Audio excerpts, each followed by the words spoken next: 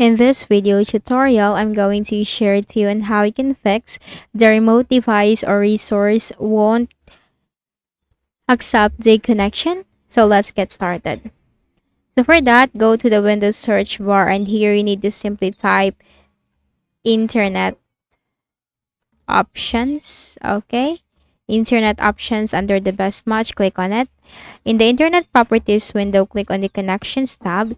Here you will find the local area network or the LAN settings. Click on the LAN settings button and check this option automatically detect settings. Also for the proxy server, and check it and click on OK. Then apply and then OK. Next method, we can run some commands in the command prompt. So go ahead in the Windows search bar, type CMD. On the right pane, do not forget to click on Run as Administrator. Simply follow me for the commands ipconfig space forward slash release. ipconfig space forward slash release, hit enter. Then type ipconfig space forward slash renew, hit enter.